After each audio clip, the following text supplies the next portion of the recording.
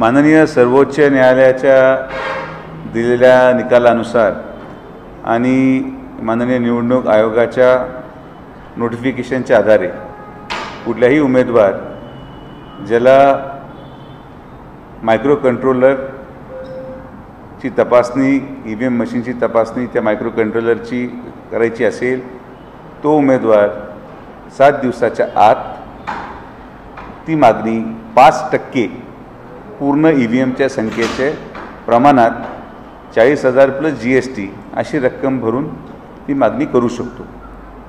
त्या दिलेल्या नोटिफिकेशनच्या आधारे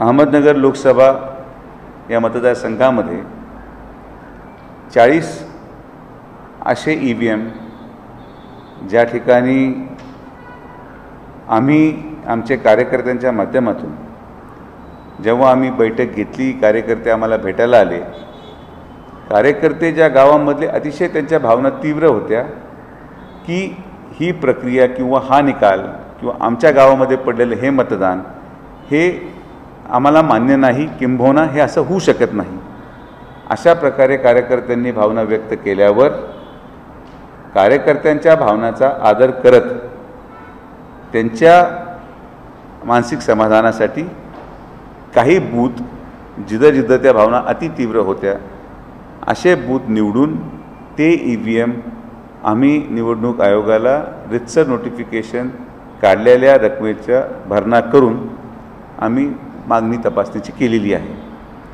मला पूर्णपणे विश्वास आहे की ही सगळी प्रक्रिया पार पडल्यानंतर कार्यकर्त्यांच्या भावनेचा आदर होईल, त्यांच्या मनामधल्या असलेल्या कुठल्याही भावना किंबहुना काय त्यांचं मत असेल त्याचंही निरसंगन व्यवस्थित केलं जाईल। या व्यतिरिक्त कुणीही यामध्ये कुठलंही राजकारण किंबहुना कुठलंही वेगळं त्याचा विचार व्हावा किंवा कोणी कुठल्या गोष्टीवर विचार करावा असं अजिबात कुणीही करू नये ही माझी सगळ्यांना नम्र विनंती आहे। सर्वोच्च न्यायालयाचा मान ठेवत आणि निवडणूक आयोगाने दिलेल्या आपल्याला तरतुदीनुसारच आम्ही या प्रक्रियेला पुढे गेलेलो आहोत। यामध्ये कुठल्याही प्रकारे आम्हाला काही त्याच्यामधून वेगळं साध्य करायचं आहे।